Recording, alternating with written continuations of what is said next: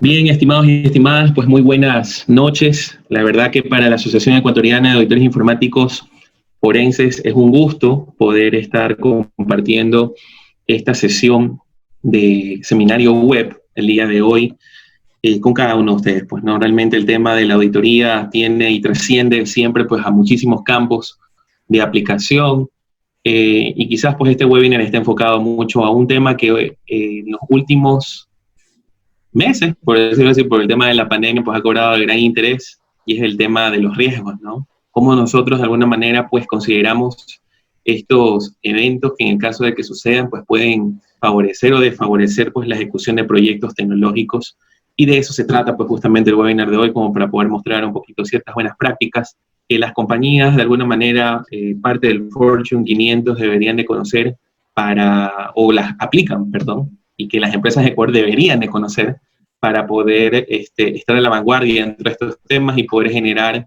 continuidad y resiliencia dentro de las organizaciones, pues, ¿no?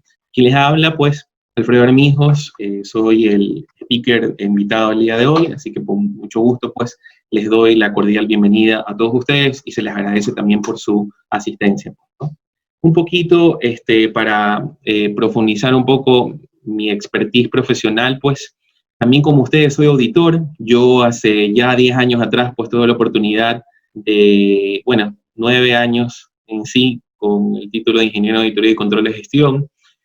Tuve esa grata oportunidad de estudiar esta hermosa profesión que es el tema de la auditoría y en la cual pues me ha ido llevando a lo largo de estos años a conocer muchísimos campos, ¿no? En particular, uno de ellos que me ha gustado mucho, en el cual hoy por hoy me dedico tanto a esto, a nivel de consultoría, como a nivel también de la dirección, obviamente, de una maestría en proyectos aquí en la SPAE, pues realmente es un campo muy interesante, ¿no? Y cómo también la auditoría se despliega a la parte de proyectos, ¿no? Inclusive hoy por hoy hay especializaciones en temas de auditoría, hay materias dentro de las carreras de pregrado y en algunas de posgrado, que se incluye a esta disciplina como parte, pues, también de los conocimientos técnicos que debería de contar un auditor hoy por hoy del siglo XXI, pues, ¿no?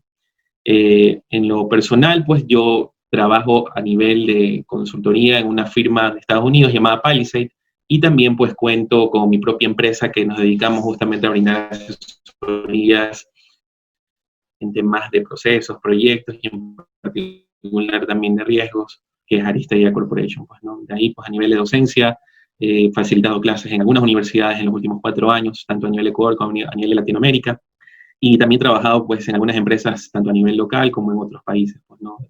Más que todo en una oportunidad que tuve cuando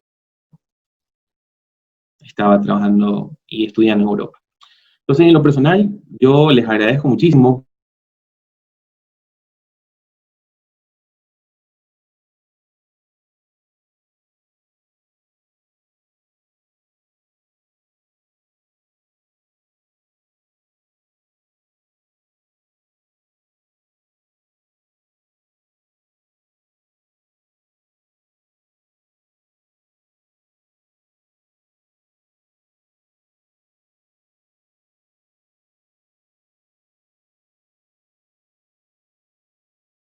Que yo sé.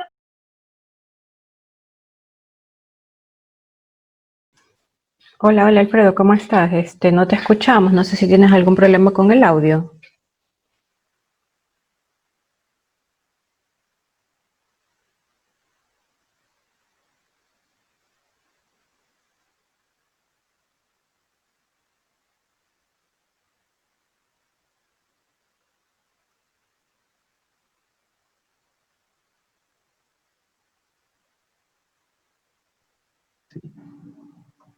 Hola, ¿me escuchan?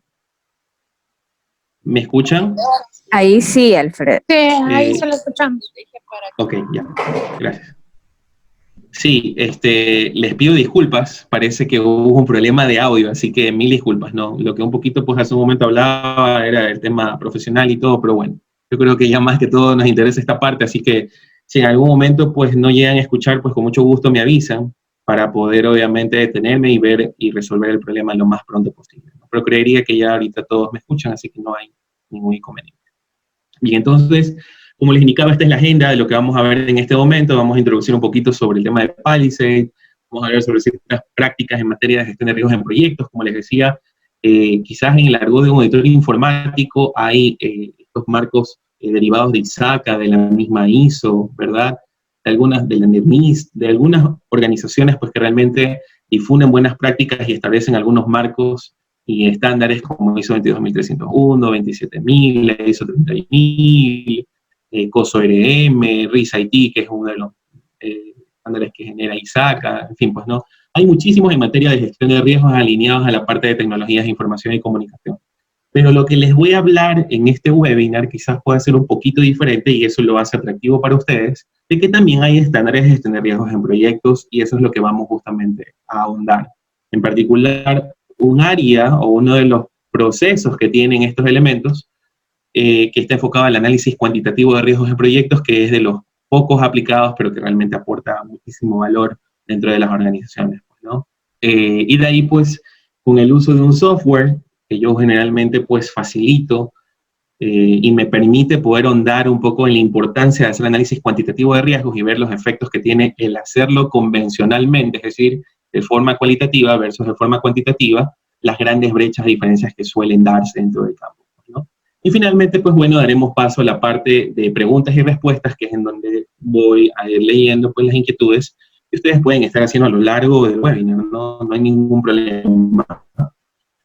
En esa sección particular, pues ahí profundizaré mucho más en algunas inquietudes. Esto en donde brindo consultoría, realmente es una compañía que a nivel del software que ha desarrollado ya tiene más de 30 años. Somos líderes orgullosamente dentro del Fortune 100, ¿verdad? 93 de ellas pues usan nuestro software, realmente nos orgullece muchísimo esto. Empresas tan de la envergadura como Qualcomm, ¿verdad? Como Intel, son empresas que usan nuestro software. La NASA inclusive también lo usa, como para que tengan una idea del tema. Realmente son prácticas que a ellos les ayudan a poder minimizar pues, el efecto que tienen los riesgos cuando no se los gestionan bien. Entonces, es grato saber esto. A nivel de portafolio de clientes, tenemos más de 150.000 clientes distribuidos en 94 países del mundo. Contamos pues, con oficinas en diversas partes también. Aquí en Ecuador tenemos nuestras oficinas satélites en Cuenca, en donde pues brindamos soporte técnico y también pues desarrollamos soluciones personalizadas en el tema, pues, ¿no? Y que realmente pues Palisade tiene un abanico pues de servicios y todo, que igual eso lo iré profundizando más adelante, ¿no? En honor al tiempo. Vamos a entrar un poquito en materia al tema de riesgos en proyectos, ¿no? Y lo que yo suelo, más allá de hablar desde una perspectiva muy personal, lo intento hablar sobre organizaciones que realmente pues tienen muy bien institucionalizado el tema de las buenas prácticas en materia de proyectos, y creo que todos nosotros los que estamos metidos en la parte de auditoría y estamos embebidos en el tema de proyectos sabemos quién es el PMI, ¿no? El PMI es el Instituto de Dirección de Proyectos, es una organización que ya tiene más de 50 años, ya va rumbo a los 51 en este año, buscando pues formalizar las prácticas de gestión de proyectos, ¿no? Y dentro de los últimos 10 años aproximadamente, PMI genera año a año, ¿sí? Un reporte que se llama El Pulso de la Profesión. Entonces, en ese reporte es una encuesta que se desarrolla a más de 2.500 gerentes de proyectos, a como 1.100, 1.300 directores de oficinas de proyectos, gestores de portafolios, de programas, es decir, profesionales que realmente tienen pues efectivamente a su cargo diferentes proyectos, programas y en algunos de ellos hasta el portafolio, iniciativas que tiene una organización, pues, ¿no?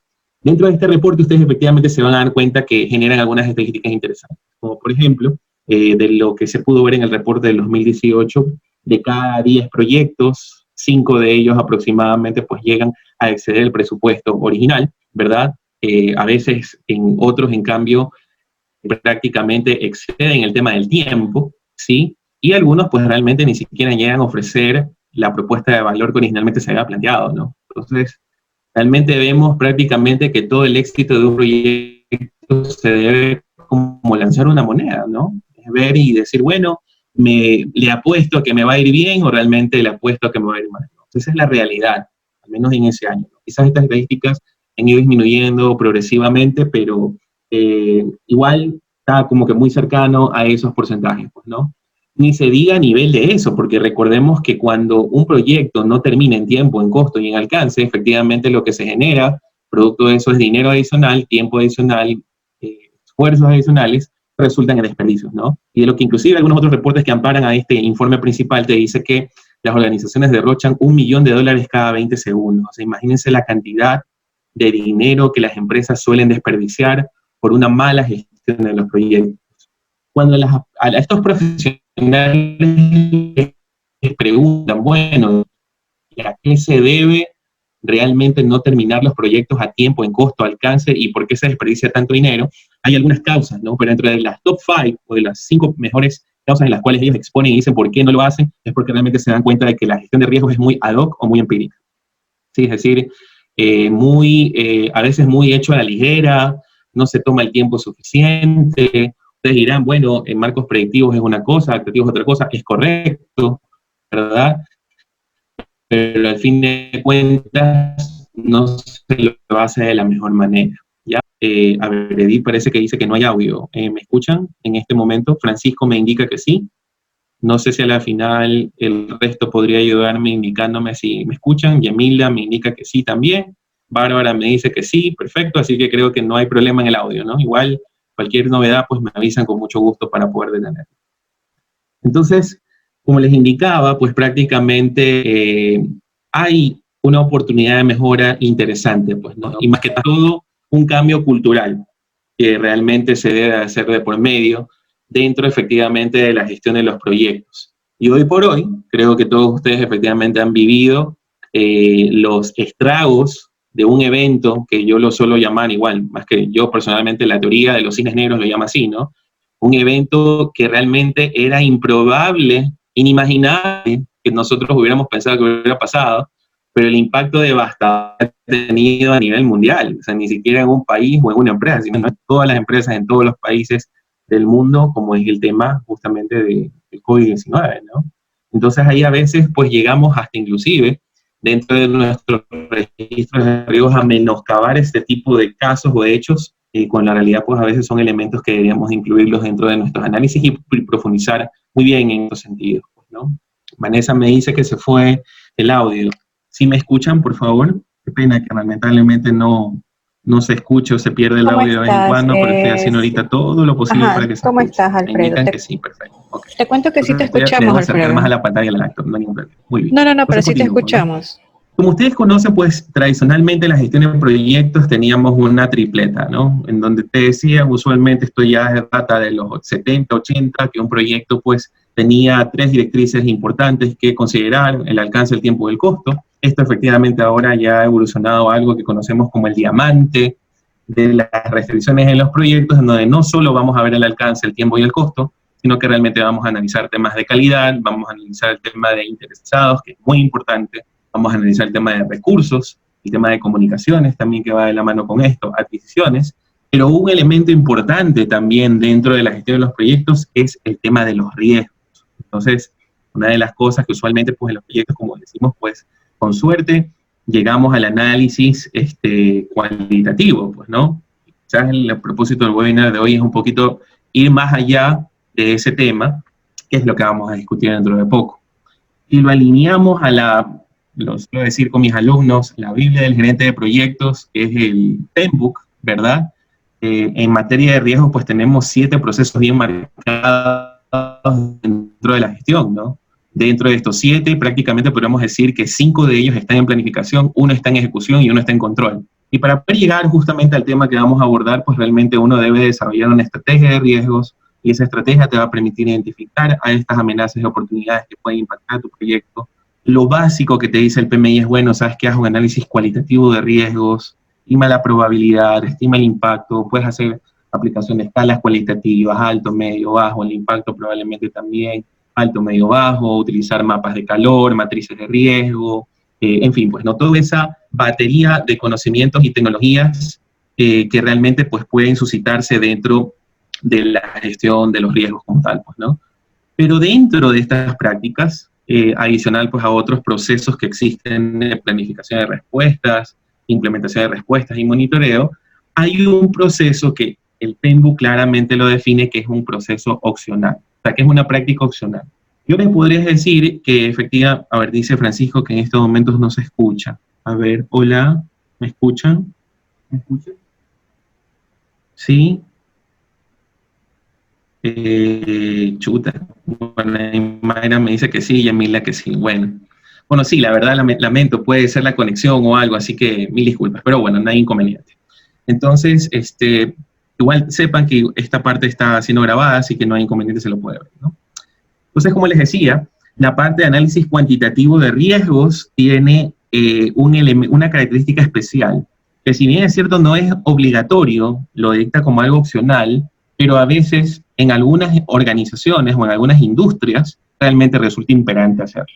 Yo creo que hoy por hoy, con tantas herramientas de analítica de datos, este análisis ya se vuelve hasta más sencillo de poder explicarlo, ¿no? Vivimos en la actualidad, más allá de un efecto de pandémico, realmente en una cuarta revolución industrial en donde las empresas están incorporando áreas de data analytics, en donde pues incorporan o se contrata profesionales, ¿verdad? En Ecuador hay muchísimos casos, las empresas de telecomunicaciones efectivamente empiezan a incorporar a estos profesionales dentro de las áreas de sistemas, o a veces hasta áreas anexas, como por ejemplo en TIA tiene su propia área de Data Analytics. En los bancos, pues también ni se diga, también pues empiezan a contratar a científicos de datos, y que de alguna manera lo que hacen es aplicar la estadística que convencionalmente nosotros conocíamos, que obviamente madurará un poquito en algunos conceptos, pero que las bases realmente se mantienen, ¿no? Y eso es lo que vamos a ver en este momento, en breves minutos, ¿no? Sepan también que el PMI cuenta con un estándar, que es el estándar para la gestión de riesgos en proyectos, programas y portafolios, y que difunde algunas buenas prácticas. En materia de riesgo, pues a la final también vale la pena conocer el tema de incertidumbre, ¿no? Y creo que era lo que habíamos vivido. Probablemente quizás ahora ya la incertidumbre se haya reducido significativamente en las operaciones como se van dando hoy por hoy en las empresas en el Ecuador, pero quizás hace un mes o unos 2 meses atrás realmente vivíamos en condiciones muy inciertas, ¿no? No sabíamos realmente cuándo íbamos a tener habilitadas las operaciones para poder continuar con las funciones laborales, activar la economía del país de alguna manera, en fin, pues, ¿no? Entonces, ahora, pues, de alguna manera ya esas incertidumbres que existían efectivamente se han venido disminuyendo. Pero la gran pregunta es, bueno, nosotros cómo de alguna manera consideramos ese efecto VUCA, volátil, incierto, complejo y ambiguo, que suelen haber dentro de las operaciones y ni se diga dentro de los proyectos, pues realmente ahí es donde nos hacemos esa gran pregunta, ¿no? ¿Cómo podemos de alguna forma incorporar ese efecto dinámico, aleatorio que existe justamente en la sociedad? Y por ende, pues es en donde nosotros pues, podemos ir evolucionando al tema de ir primero incorporando el tema de que pueden haber elementos que hagan que las estimaciones que nosotros originalmente tenemos lleguen realmente a eventos extremos, ¿verdad? Es decir, a nivel de tiempo, de costo, si nosotros teníamos planeado que un proyecto termine, qué sé yo, en 3 meses, y por eventos de riesgos puede hacer de que estos 3 meses se dupliquen o se tripliquen, ¿verdad? O a nivel de costos, también de la misma manera, o peor, si a nivel de continuidad del proyecto, el proyecto prácticamente se pare, entonces son aspectos realmente que los riesgos, cuando se los analiza de forma más sofisticada, podemos llegar a ese análisis que muchas veces en la parte cualitativa no lo podemos hacer, ¿no? La idea, bueno, es decir, cómo yo incorporo ese registro de riesgos que usualmente me piden las buenas prácticas, COSO, RIS-IT, ISO 22301, ISO 31000, cómo yo lo sincronizo con un cronograma, con un presupuesto, ¿no? Entonces, con eso efectivamente es lo que vamos a ir analizando dentro de poco. Simple, hoy por hoy, pues realmente uno de los algoritmos que nos ha dado bueno, esto ya estamos hablando de 2020, ¿no? Estamos hablando de que hace 70 años atrás, John von Neumann pues generó un algoritmo tan importante dentro del mundo de la parte de la estadística, ¿no? Y de la mejora continua, que es el tema de la simulación. Entonces, la simulación hoy por hoy, pues realmente es un elemento que se está viendo muy adoptado, ¿sí? Inclusive en el léxico de la cuarta revolución industrial lo llaman digital twins o gemelos digitales. Muy probablemente los que están embebidos en estos proyectos de transformación digital dentro de las empresas habrán escuchado a algunos proveedores que les venden eso, ¿no? Y no es otra cosa que emular en un computador un fenómeno en particular que te permita pues poder tomar decisiones que en la realidad no lo puedes hacer. Y efectivamente en materia de proyectos nosotros podemos construir modelos que me permitan simular ciertos escenarios y poder analizar a nivel de variables en que yo usualmente tomo decisiones, si efectivamente el proyecto puede ser factible desde una perspectiva financiera o desde una perspectiva técnica o desde la perspectiva que en algún momento tú lo quieras ver, ¿no? Entonces, esto lo podemos hacer a nivel de presupuestos y esto inclusive también lo podemos hacer a nivel de cronogramas, siempre y cuando le agreguemos la capa de la incertidumbre. ¿Y cómo le agregamos esa capa de la incertidumbre? Gracias a lo que en su momento, quizás en algunos de nosotros, en nuestras carreras, quizás esa materia probablemente feíta, y nosotros le veíamos como el patito feo o el cisne negro, ¿no? Es decir, chuta, la estadística como que no me gusta, ¿no? Pero se va quizás con la explicación que voy a dar el día de hoy, cómo la estadística te brinda con ciertos conocimientos básicos de una media, de desviación estándar, de un mínimo, de un máximo, de un valor más probable que es una moda, ¿verdad? Cómo puedes realmente cambiar el escenario en que usualmente tú estás tomando decisiones y realmente cómo eso te ayuda a poder desarrollar una adecuada planificación de tus proyectos, sea que te encuentres en una fase de anteproyecto, en un caso de negocio, en un caso social, o realmente cuando estés en un proceso de planificación, ejecución, control de proyectos, ¿no? Y eso es lo que vamos a ir viendo ahora sí, con unos ejemplos prácticos que me gustaría llegar con ustedes en este momento, ¿no? Para ello, yo les voy a mostrar en este instante un modelito muy chiquito, ¿sí? Que me va a permitir poder llegar con ustedes, ¿no? Déjenme dejar de compartir. Perdón, ahí sí les voy a pedir de favor a las personas que me están asistiendo en este webinar, si me pueden devolver el rol de host, de alguna manera para poder compartir mi pantalla y poder exponer el modelo que quiero explicar, ¿no? Pues si me pueden ayudar, perfecto, les agradezco millón. Entonces, listo, voy a este ya modelito, estás, ¿no? Ya estás. Si se dan cuenta, pues usualmente un registro de riesgo, que es como lo que ustedes están viendo acá, puede tener algunas cosas, ¿no? Inclusive algunos estándares te dicen que deben tener algunos otros elementos. Un metalenguaje, una codificación, una escala de probabilidad de impacto y todo, pero aquí, digamos, lo estoy viendo de forma muy pragmática y muy lista para que ustedes puedan entenderlo, ¿no? Y probablemente quizás ustedes, algunos lo aplicarán de esta manera. Entonces, ¿qué tenemos aquí? Nosotros tenemos, y estos riesgos están relacionados a terceras partes, a riesgos de control de calidad, a riesgos de seguridad y salud ocupacional, riesgos tecnológicos, riesgos comerciales y riesgos climáticos como tal, ¿no? De alguna manera están enunciados y codificados del R1 al R13, y de alguna manera también se ha definido el impacto que pueden tener, ¿no? Puede retrasar la entrega, puede retrasar el fin del proyecto, puede generar retrabajos, rediseños retrabajos en el diseño, ciertas paralizaciones en la operación, ¿verdad? Pérdidas efectivamente de tiempos o de funcionalidad justamente de las aplicaciones o sistemas informáticos que tengan, retrasos, en fin, pues no. En función de los riesgos tenemos ciertos impactos definidos de forma muy literal, ¿no? Usualmente para poder valorar, al menos de manera cualitativa, los riesgos, ¿qué es lo que solemos tener? Solemos tener una estimación de la probabilidad, que algunos de ustedes probablemente lo analizan como, el evento tiene probabilidad baja, tiene probabilidad media o tiene probabilidad alta, ¿verdad? De forma muy cualitativa, ¿no? Y le colocamos el alto, el medio o el bajo. Quizás algunos dicen, no, ¿sabes qué, Alfredo? Mira, yo lo hago del 1 al 3, siendo 1 bajo, 2 medio y 3 alto. Perfecto. Otros, de alguna manera, pues tendrán su escalita de probabilidad de impacto donde te dicen, a ver, si es bajo, significa que al final este evento sucede de cada 10 proyectos en uno, ¿ya? Entonces te dirán medio, sucede de cada 10 en 5 de ellos pasa. Y alto, ya estamos hablando de que de cada 10 en 9 de ellos sucede, ¿no? Cuando nosotros tenemos ese tipo de ¿cómo podríamos decirlo? Analogías, ¿verdad? Numéricas, eso de alguna forma nos permite trasladar a nivel de un porcentaje. Entonces, eso es lo que ustedes están viendo allí, ¿sí? Prácticamente ustedes ven ahí que, podríamos decir, ¿no? De cada 10 proyectos, en 5 de ellos efectivamente se presenta este riesgo que tenemos aquí de la documentación de requerimientos del cliente que realmente se la tiene tarde, pues no se llega a disponer, pero de forma muy tardía. Entonces acá vamos viendo que cada uno de estos riesgos pues le pones una probabilidad. Y según los axiomas de probabilidad te dice efectivamente que la probabilidad de un riesgo puede estar entre 0 a 1, siendo 0 un evento improbable y 1, si le damos el porcentaje a nivel de escala de 100, estamos hablando que es un evento altamente probable. Probablemente podemos decir ya que es un hecho de que se vaya a presentar. Pero en este caso nosotros tenemos estos eventos que observan aquí. Adicional a esto, pese a los impactos, usualmente también le pones la esquemita de la escala de baja, media o alta, o empiezas pues a colocar, pues según las normas te pueden decir, sabes que esto es un evento catastrófico, o un evento improbable, pero que tiene un impacto pues no tan significativo, y empiezan pues ahí a colocar las diversas escalas y todo en función de la norma.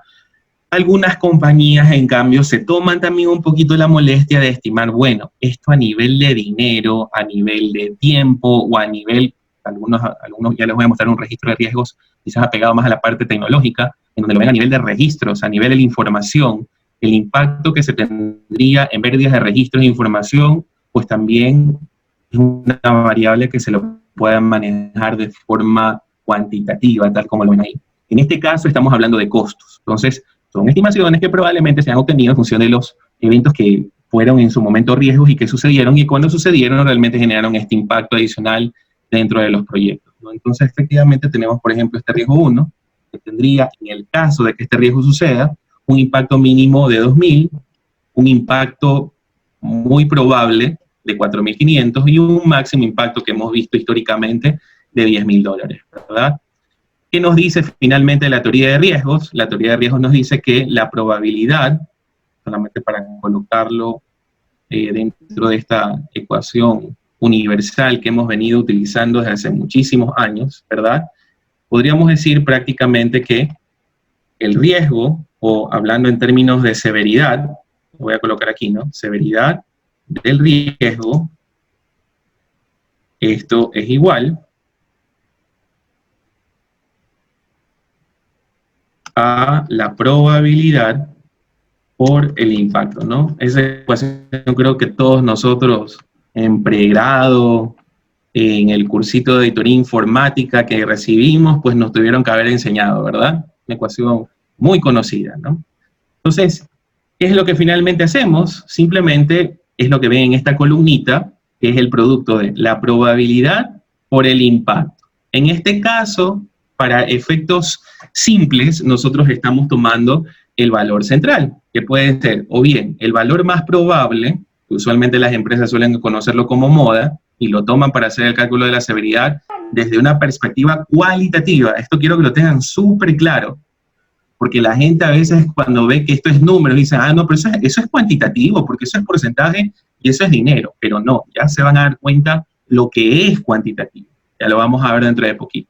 Pero lo que estamos aquí haciendo es simplemente un análisis cualitativo de riesgos como tal. Solo que se está de alguna manera estimando a nivel de tiempos, de costo, alguna otra variable en particular, pues esta partecita que tenemos aquí, ¿no? Impacto.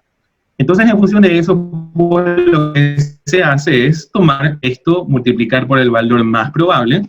Algunos dirán, mira, Alfredo, ¿le puede calcular el promedio a las 3? Sí, es verdad, no hay ningún problema. Se lo podría hacer sin ningún inconveniente, pero para efectos de este modelito lo estamos tomando en función de la moda, ¿no? Y en función de eso, pues nosotros tenemos todos estos cálculos que ves aquí, que no es otra cosa, recuerden, probabilidad por el impacto más probable, y tenemos finalmente que el valor esperado, ¿sí?, de la severidad de estos riesgos, y a veces esto se lo conoce como, en lenguaje PEMista, ¿no? O sea, lo que dice el estándar para la gestión de riesgos en proyectos y programas y portafolios, a esto se lo conoce como las famosas reservas de contingencia en los proyectos, ¿no? Es ese dinero que uno tiene por el just in case, por si acaso en algún momento estos eventos suceden, y que me permitiría a mí poder cubrir la incidencia de estos eventos como tal, pues, ¿no?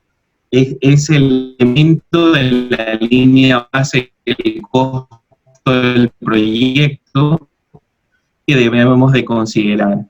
Y la damos fino en esto, deberíamos de verlo a nivel de actividades, pero aquí lo estamos viendo a nivel del proyecto, ¿vale? $52.500, o sea, eso es lo que nos dice el análisis cualitativo, ¿verdad?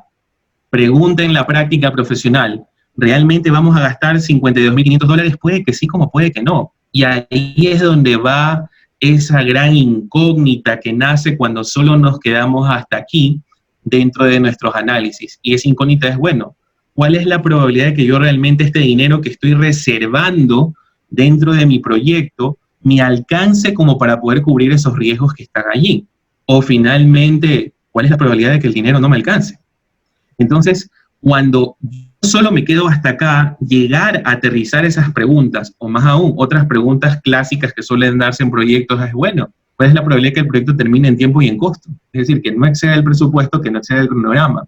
Y si yo solo llego hasta aquí, yo no puedo responder eso. Entonces, el PMI que te dice, ¿sabes qué? Mira, Alfredo, es tiempo de evolucionar con estos conocimientos y le vamos a agregar esa capa probabilística que te da el análisis cuantitativo de riesgo. Y para eso, no se preocupen que este modelo yo se los puedo compartir sin ningún problema y que ustedes lo puedan incorporar. He agregado o he activado unas celdas que estaban aquí ocultas, ¿verdad? Y aquí lo vamos a ver desde la capa probabilística. ¿Qué significa probabilístico? Significa que a esta variable que tenemos de probabilidad y a esta variable que tenemos de impacto, las vamos a modelar o representar con lo que en estadística nosotros llamamos distribuciones de probabilidad, ¿sí? ¿Se acuerdan que había una curva como en forma de campanita, otra como en forma de triángulo, ¿verdad? Una que tenía en forma de rectángulo, y así, pues un sinnúmero de curvas medias raras, probablemente que nos asustaban cuando las veíamos, ¿verdad? Esas distribuciones las vamos a utilizar acá, pero se van a dar cuenta de lo tan sencillo que fácil, cuando tenemos software, pues, ¿no? Que es agregarlas y el efecto tan importante que tendríamos al momento de poder aplicarlas, pues, ¿no? Algo que para poder avanzar en esta parte sería muy importante interactuar con ustedes es en lo siguiente. Voy a minimizar esto como para que no se me mareen con esto y volvemos y nos ponemos el sombrero de analistas determinísticos de riesgos. Si yo les pregunto, de estos riesgos que hemos analizado acá, déjenme ocultar justamente estas celdas, ¿no? Para que ustedes puedan tomar una decisión o que ustedes me digan, mira, ¿sabes qué, Alfredo? Yo me enfocaría en función de estos elementos, ¿no? Voy a ocultar esto. A ver. Voy a ocultarlo. Ahí lo vemos, ¿no? Quiero que ustedes en el chat de Zoom, ustedes me digan, de estos riesgos que están aquí, ¿cuál ustedes le echarían más importancia? O sea, ¿cuál ustedes se preocuparían más, verdad? Para que en algún momento no sucedan. Y si sucedan, el efecto que tendrían sus proyectos no sea tan significativo. Pueden colocarlo en el chat, en el Zoom, en el chat de Zoom, ¿no? Obviamente recuerden que los riesgos los pueden codificar como R1, R2, R3. Ustedes simplemente pueden colocar el R1, el R3 y todo, ¿no? Pueden hacerlo, si gustan, ¿no? Creo que están merendando ahorita, así que bueno, no hay problema, yo lo voy a hacer por ustedes, ¿ya? Podríamos ver de la siguiente manera, ¿no? Primero yo me fijaría en esto. O sea, si nos vemos desde la perspectiva cualitativa, parece que hay una valiente que lo dice, Zulín, por ejemplo, perfecto, saludos Zulín. Tú tienes, ella me dice el R4, el R12 y el R13. Perfecto, mira, ¿ves? Ella cómo lo deduce. El R4, ¿por qué? Porque es el que tiene mayor severidad. El R12 dijo, ¿no? Déjame ver un ratito para poder recordar. El R12 dijo ella. Y el R13, que es el que está acá. Probablemente el de acá también, ¿no? El R11, ¿no? ¿Por qué? Porque son los riesgos que tienen más severidad. Pedro dijo R13, perfecto. Pedro, en cambio, saludos Pedro y saludos de ahí también, R3, R8 y R12, creo que ahí estamos.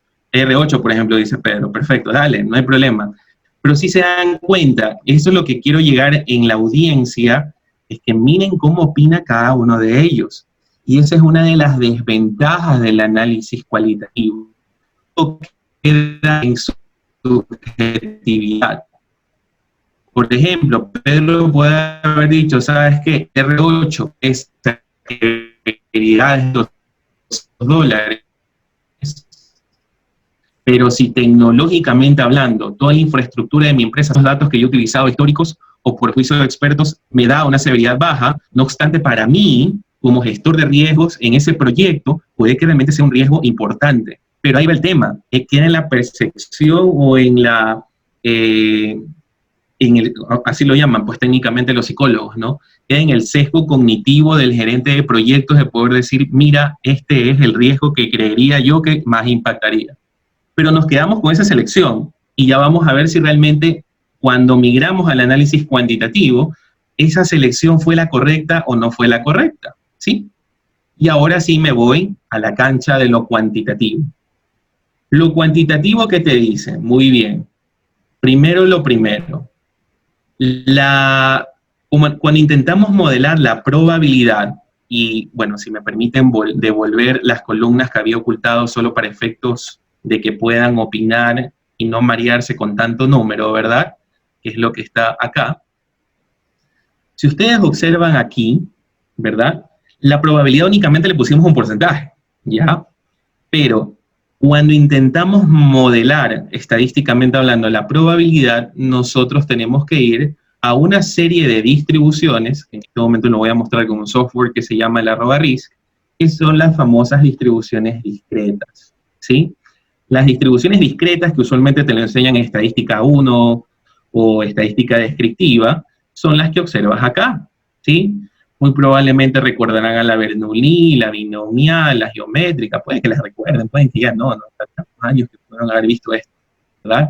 Pero lo que yo les digo en función de mi experiencia profesional haciendo estos modelos, te podría decir claramente que las que más se usan son las dos que tienes aquí, la Bernoulli y la Poisson. ¿La Bernoulli para cuándo? Para cuando tú tienes un evento que solo ocurre una vez en tu proyecto, ¿verdad? De ocurrencia 1. Pero cuando el evento te sucede 2, 3, 4, 5, como por ejemplo, quiero yo ver el riesgo de que se caiga el sistema en la empresa, se caiga el ERP. Entonces, generalmente esos sistemas, dependiendo del ERP que tengas, pues, ¿no? Pero en la práctica uno suele ver de que esos sistemas a veces se caen. Y no es que solo se caiga una vez y nunca más, puede que pase varias veces.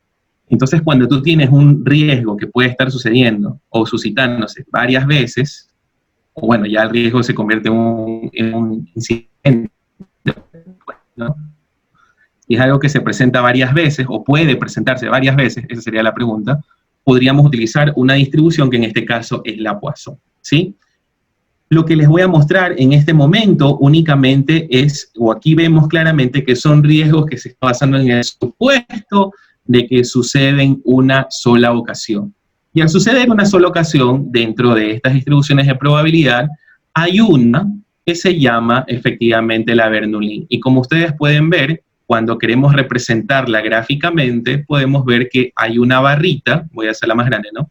Hay una barrita que representa la probabilidad que el evento no suceda, por eso tiene el valor de 0, y la probabilidad de que el evento suceda, que tiene el valor de 1. O sea, este es un resultado dicotómico. 0, no pasa este riesgo. 1, ocurre este riesgo, ¿verdad? Y esa probabilidad en ambos es de 0.5 o del 50% de que no pase, como de que pase. Claro está, si nosotros vemos aquí, porque bueno, la probabilidad es del 50%, ¿no? Pero ¿qué pasa, por ejemplo, aquí en este riesgo que la probabilidad es del 30%? Si queremos justamente eso, y nos vamos a la distribución, únicamente nosotros, lo voy a hacer desde cero para que ustedes lo vean, ¿no? Borro esto, me voy a definir distribuciones, selecciono la Bernoulli y le coloco la probabilidad de ocurrencia del riesgo. Entonces, en este caso yo voy y digo, perfecto, 30%, voy, y ahí me sale, ¿no? Si se dan cuenta, la probabilidad de que el evento no suceda es del 70%, y la probabilidad de que el evento suceda es del 30%.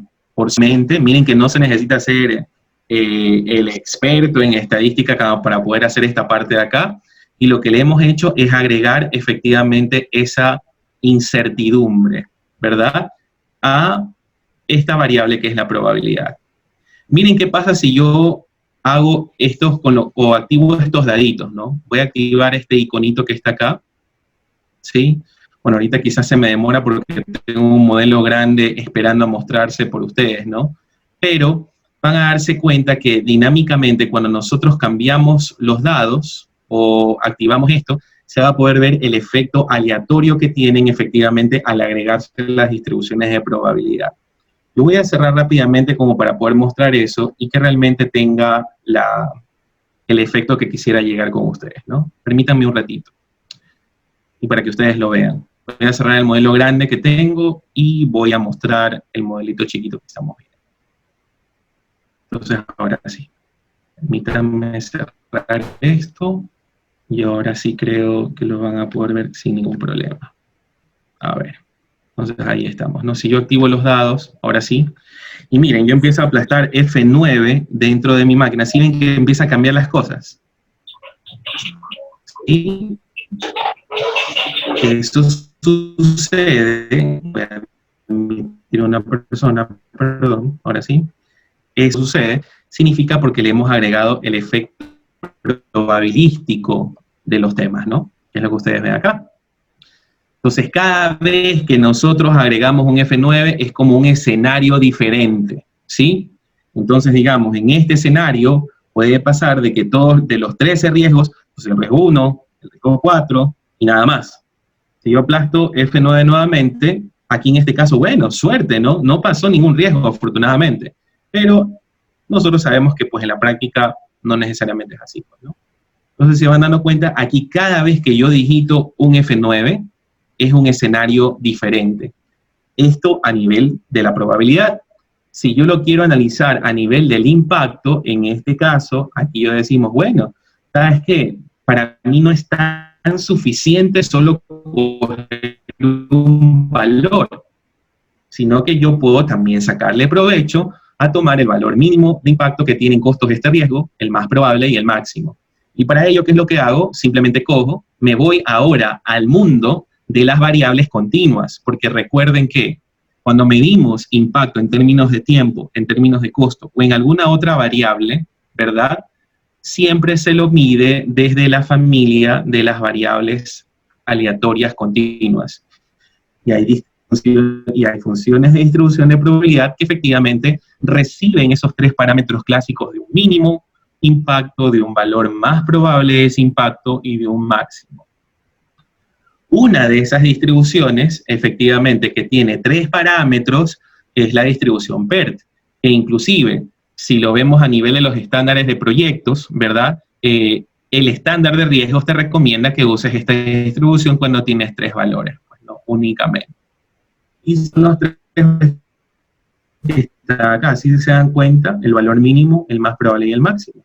¿Qué es lo que debería hacer? Yo debería de coger esto de acá y configurarlo, mínimo, más probable, máximo, y automáticamente, miren, el posible universo de posibilidades que yo puedo tener con respecto al impacto de este riesgo, ¿sí? Por ejemplo, aquí ya con esto podemos hacer preguntas clásicas que quizás antes en las universidades nos enseñaban a hacerlas a mano, ¿no? A reventarnos las tablas de estadísticas de la normal y bla, bla, bla, y todo eso, y poder llegar al cálculo de la probabilidad. Claro, aquí estamos hablando obviamente de una probabilidad no condicionada, ¿no? O sea, ya este es otro mundo cuando ya hay probabilidades condicionadas y todo eso. Pero en este caso basamos en este supuesto de que únicamente tenemos estos tres parámetros y podríamos preguntar lo siguiente, ¿no? Por ejemplo, ¿cuál es la probabilidad de que el impacto de este riesgo exceda los $6,000? Entonces, se van a dar cuenta que cuando yo solo muevo estas barritas, como va a poder observarlo aquí, yo muevo solo esto y yo muevo esta barra, obviamente la moveré acá en un valor extremo, para poder calcular esa probabilidad de que el impacto de este riesgo exceda los $6,000, y esa probabilidad es del 25.4%. En cristiano, ¿qué significa eso? Ah, perfecto. De cada 10 proyectos, en 3 de ellos vemos de que este riesgo ha excedido en su impacto los $6,000. Y en 7 de ellos aproximadamente no ha excedido los $6,000.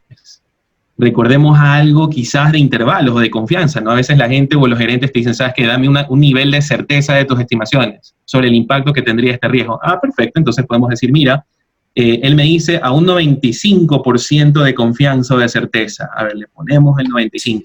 Ah, perfecto.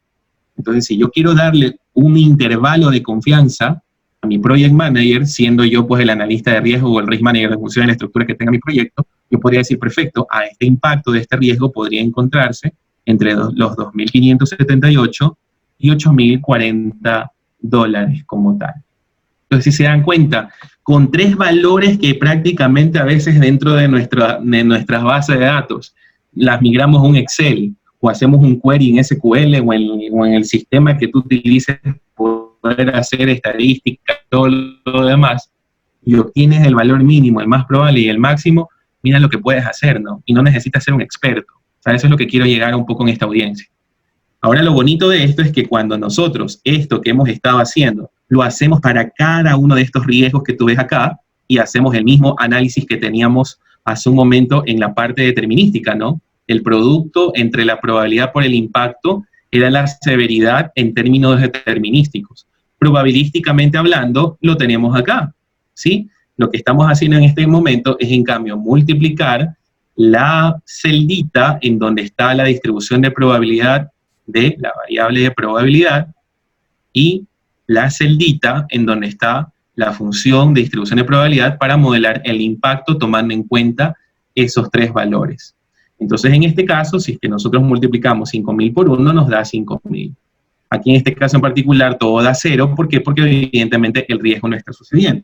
Pero si nosotros efectivamente le empezamos a dar, perdón, déjenme activar los datos, empezamos a darle clic en F9, sí se dan cuenta que cuando el riesgo sucede, automáticamente ese impacto se lo incluye dentro de la estimación. Si lo hago un poquito más para abajo y cierro esta ventanita, se incluye dentro de esta estimación de la reserva de contingencia. Pero ojo, esta es la reserva de contingencia probabilística, cuantitativa, ¿sí? Lo que hicimos acá simplemente fue un cálculo meramente determinístico o cualitativo.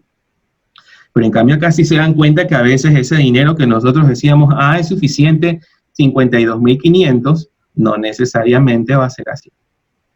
Entonces ahí nace la pregunta, ¿no? Decir, bueno, si no es así, entonces ¿cuál es la probabilidad de yo realmente exceder o estar debajo de ese valor?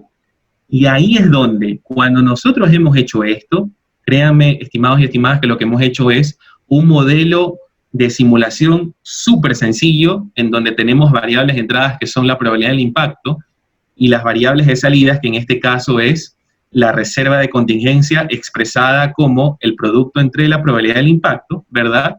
Podemos aplicar ahora sí algo que se llama simulación Monte Carlo, ¿sí?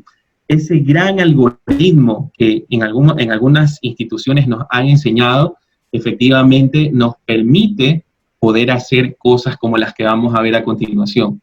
Edith tiene una pregunta muy buena que la voy a responder en los pocos minutitos que me quedan para poder cerrar el webinar, pero más que todo quiero que ustedes vean este resultado y con gusto respondo a esas preguntas que son súper interesantes. Entonces, en este caso, lo que voy a hacer es esto. Yo, como ya agregué esta variable de salida, voy a cerrar un poquito, bueno, lo voy a dejar a propósito activo esta parte de aquí, perdón, este botoncito de acá, para que ustedes vean esto de aquí, ¿no? Yo lo que voy a hacer en este momento es a replicar 1000 iteraciones. Hagan de cuenta que estas 1000 iteraciones son como 1000 posibles registros de riesgos que tienen de este proyecto, ¿no? En donde pues tienen distribuciones similares para la probabilidad y para el impacto.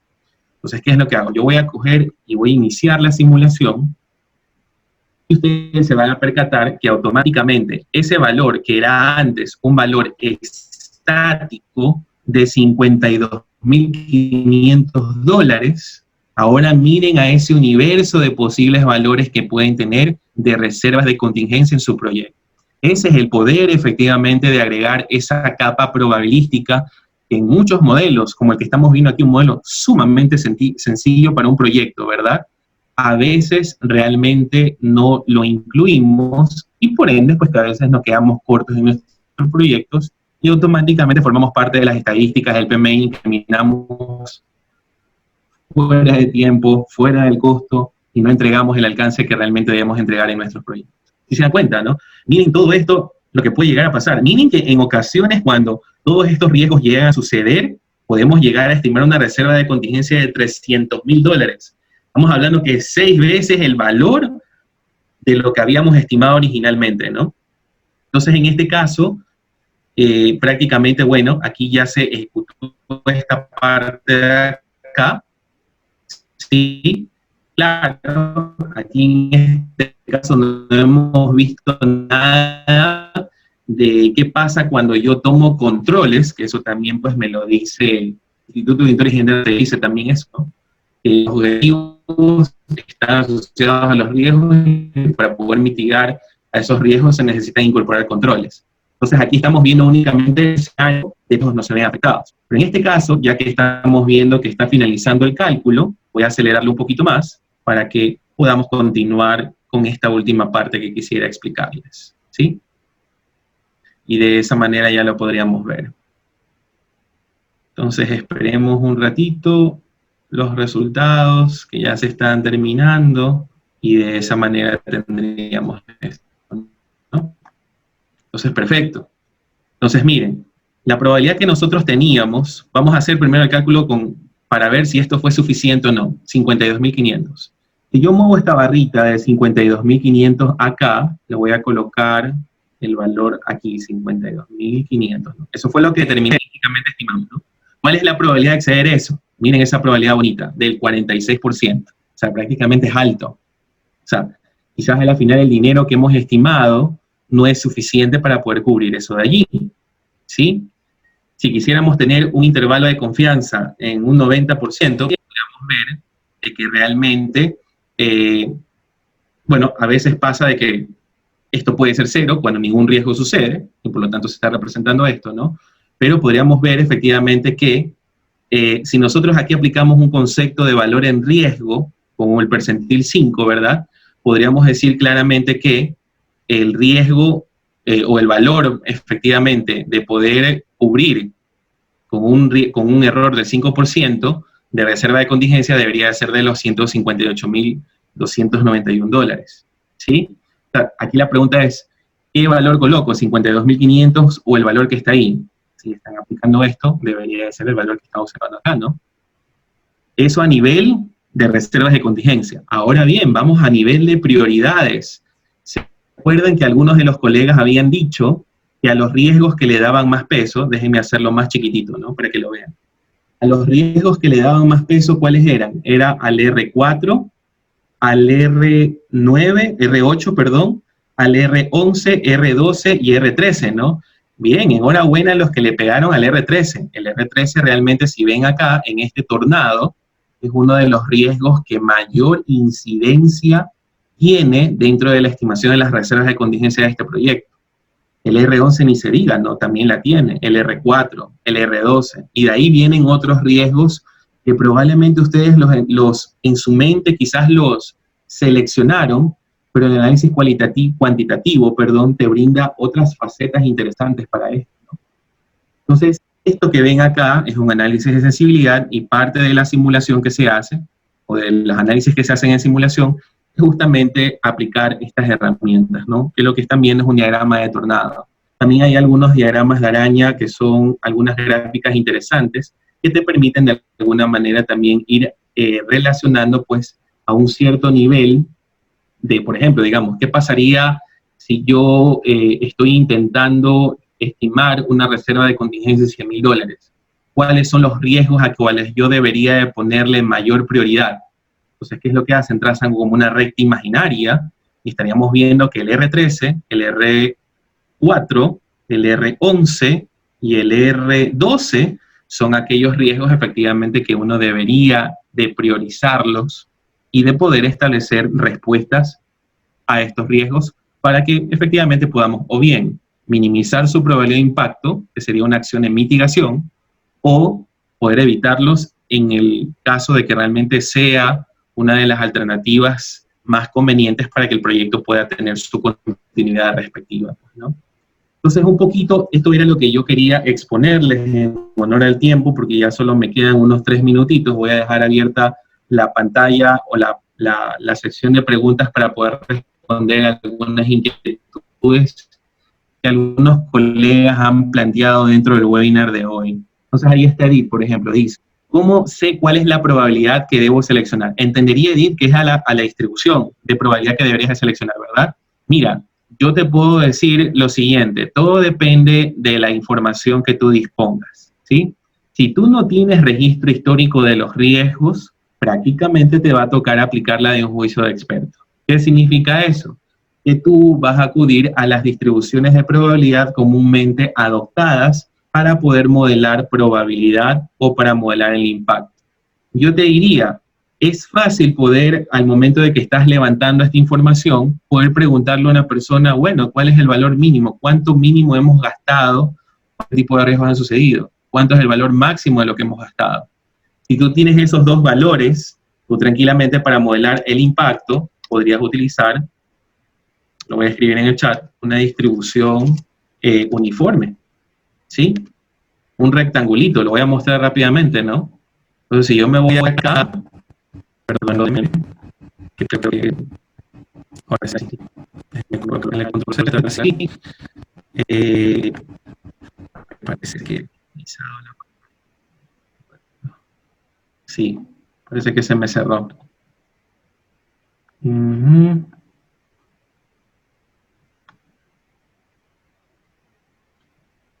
Sí, parece que se me cerró la ventanita como para no poder mostrarle, ¿no? Pero bueno, la distribución que podríamos utilizar en ese momento sería una distribución uniforme, que es como un rectangulito que tienes un valor mínimo y un valor máximo, ¿no? Y finalmente dispones de 3 valores, usualmente la práctica te dice utiliza una PERT, ¿ya?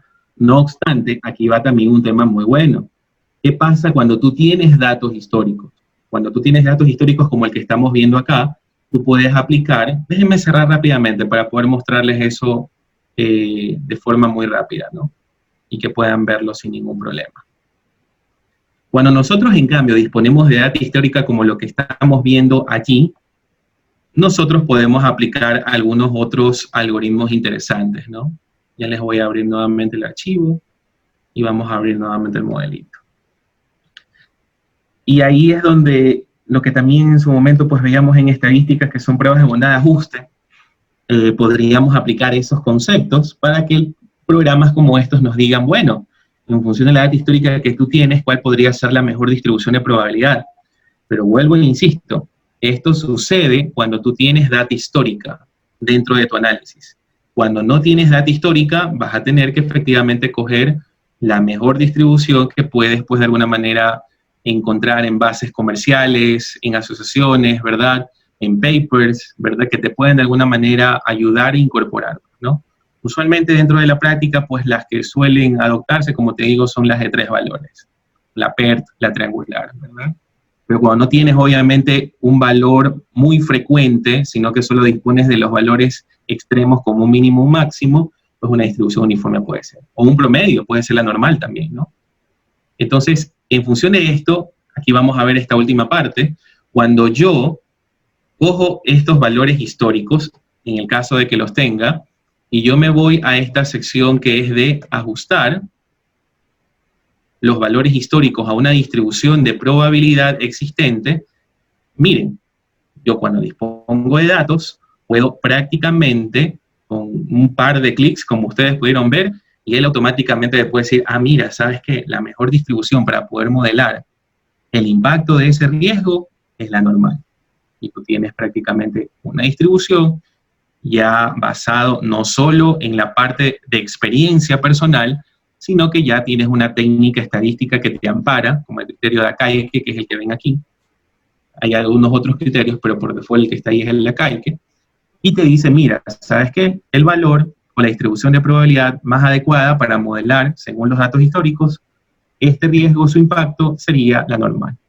Entonces, vuelvo y repito, todo depende justamente de la información que tú dispongas para poder hacer esta partecita que está acá. Espero haber respondido pues tu pregunta, estimada Edith. Juan Carlos me pregunta, hola Juan Carlos, ¿cómo estás? ¿Se puede hacer la simulación solo en actividades de las cadenas críticas? Bueno, no, o sea, a ver, la práctica, la recomendación usualmente te dice, porque hay que entender, bueno, si me voy por el concepto de ruta crítica, que es otro método, ¿verdad? La práctica te dice que cuando quieres hacer esto ya a nivel de cronograma, deberías de priorizar aquellas tareas que forman parte de la ruta o de las rutas críticas que pueda tener un proyecto, pues, ¿no? Lo que de alguna forma las cadenas críticas nos puede permitir, o sea, o el método de cadena crítica nos podría permitir es la estimación de los buffers, ¿sí? A nivel de recursos, los buffers de alimentación o los buffers a nivel de tareas. Y esos buffers, de alguna manera, los podríamos aplicar también, claro, ya quizás por el tiempo no puedo llegar a exponer eso con un cronograma, al menos en Project, ¿verdad? Y aplicando el software, pero podríamos de alguna manera también estimar esos buffers ya no de forma tan ad hoc, ¿sí? Sino que también ya de forma cuantitativa, como lo hemos visto acá con este ejemplo muy, pero muy sencillo, ¿no? Pero podría hacérselo. O sea, efectivamente, hoy por hoy, pues los programas te permiten poder hacer muchísimos otros cálculos, y si finalmente el programa que tú uses, como en este caso, @RIS, no te permite configurar eso, hoy por hoy, pues ya hay macros, códigos que se pueden hacer en R o en algún otro software estadístico para poder llegar a hacer ese tipo de estimaciones, ¿no? O sea, se lo podría hacer sin ningún problema. Ruta crítica, sí, claro, perdón, dale. En ruta crítica también, lo que sucede es que cuando ya es un proyecto muy grande, ¿verdad? Evidentemente se toma su tiempo, ¿no? Como todo algoritmo que busca justamente lograr un resultado, ¿no? Mientras mayor fuentes, o como lo llamamos en estadística, mientras mayor grado de libertad le agregas al modelo, ¿verdad? Estás construyendo para analizar tus riesgos dentro de un cronograma de un proyecto, tenga más variabilidad, evidentemente el programa se va a tomar su tiempito. Entonces, salvo que tú estés utilizando una Watson de IBM en que vuela esa vaina y tienes tus resultados rapiditos, ¿no? Pero si en el común de los mortales tienes una Core i7, pues efectivamente en ese computador se va a tomar su tiempito para poder efectivamente llegar a un resultado en particular, ¿no? Y que te diga, efectivamente sí, le hemos agregado variabilidad a todas las tareas de la ruta crítica del proyecto, y serían los resultados posibles a nivel de la probabilidad de que el proyecto termine en tiempo o en costo, ¿no? O cuáles son los riesgos que realmente inciden más dentro del proyecto, ya haciendo una sincronización con un software, con Project, Primavera o algún otro. ¿Sí? Entonces espero haber respondido también tu pregunta, estimado Juan Carlos, ¿no? Bien, yo creo que ahí a la final, creo que con estas dos preguntas se han planteado. Si en algún momento no tienen otra inquietud, yo simplemente quería cerrar esta partecita. Ahí creo que nuevamente me quitaron el rol de host. No sé si me lo pueden devolver como para poder cerrar esta parte del webinar, se los agradeceré un millón. Perfecto. Para poder volver a la parte de las diapositivas, ¿no? Más allá de la parte comercial, que igual esto de acá ustedes lo pueden efectivamente googlear en la página web de palisade.com, ¿verdad? Simplemente pues hacerles saber pues de que si en algún momento pues quieren hacer esto o necesitan acompañamiento, pueden visitar pues justamente los recursos. En la página tenemos muchísimo de ellos, hay capacitaciones en el tema y todo. Pero yo les dejo ahí mis datos, ¿no? O sea, para mí siempre es un gusto poder ayudar a las organizaciones al menos a desarrollar ciertos pilotos pequeñitos y que esto lo puedan de alguna manera desplegar dentro de sus empresas, ¿no? Si bien es cierto, como todo en la vida, ¿no? Algo cuando uno lo quiere implementar o hacer el rolling dentro de una empresa de este tipo de cosas, siempre parte con cosas o con proyectos muy pequeñitos para poder ir expresando al comité de proyectos o a la alta dirección de que estas cosas cuando se las incorporan funcionan. Si no fuera así, pues estuviéramos viendo que no tuviéramos empresas en el Ecuador o en el medio que las estuvieran ya aplicando, y realmente las aplican, ¿no? Me preguntan a nivel de esto, pues por normas de Basilea II y solvencia, las aplican, ¿sí? Y algunas de estas herramientas pues ayudan muchísimo a poder hacer las estimaciones justamente de los riesgos según el contexto que sea operativo, crediticio, liquidez, solvencia, de fraude, de cumplimiento, riesgos informáticos, bueno, de todo, ¿no? Pero la idea es eso, ¿no? Igual, pues, en algún momento, pues, esperemos que podamos retornar pronto a nuestras actividades laborales. Yo estoy en Las Peñas, pueden visitarme las veces que ustedes quieran, y siempre, pues, va a ser para mí un gusto con un cafecito, pues, conversar de esto, y de siempre, más que todo, buscar la aplicabilidad de esto en sus vidas profesionales, pues, ¿no? Así que yo en lo personal les agradezco muchísimo, les agradezco también mucho a la Asociación Ecuatoriana de Auditores Informáticos y Forenses por haberme permitido el día de hoy compartir este conocimiento. Quizás a la final quedó como una pastillita lo que vieron, porque realmente hay mucho que hacer, pero bueno, yo creo que siempre ahí vamos a estar a las órdenes y en contacto a través de la ACAI, ¿no? Yo los felicito por esta iniciativa y realmente esperemos pues en alguna otra oportunidad poder compartir un poco más sobre este tema de análisis cuantitativos de riesgo. Yo en lo personal les agradezco mucho. No sé si a la final tengan algunos de los otros de mis colegas que estamos en este momento aquí participando en la asociación, algo que comunicarles a las personas asistentes del día de hoy? Claro que sí, Alfredo. Muy buenas noches. En primer lugar, agradecerte por tu valiosa participación y todo el... También se intimidaron por lo que vieron el día de hoy, no creo. Bueno, no hay problema. Alfredo, ¿me entonces, escuchas? a nombre de la CAI, les agradecemos mucho por la asistencia el día de hoy. Muchos éxitos y bueno, hasta una próxima oportunidad. Que tengan una excelente noche. Gracias por la asistencia del día de hoy. Gracias a ti, Alfredo. Te agradecemos bastante por tu participación y por todo el conocimiento que nos has impartido. Queda pendiente para los participantes, pues estén atentos a nuestras redes sociales en las que anunciaremos pues los siguientes eventos y que a los que están cordialmente invitados. Les agradecemos su participación. Tengan una muy buena noche y descansen.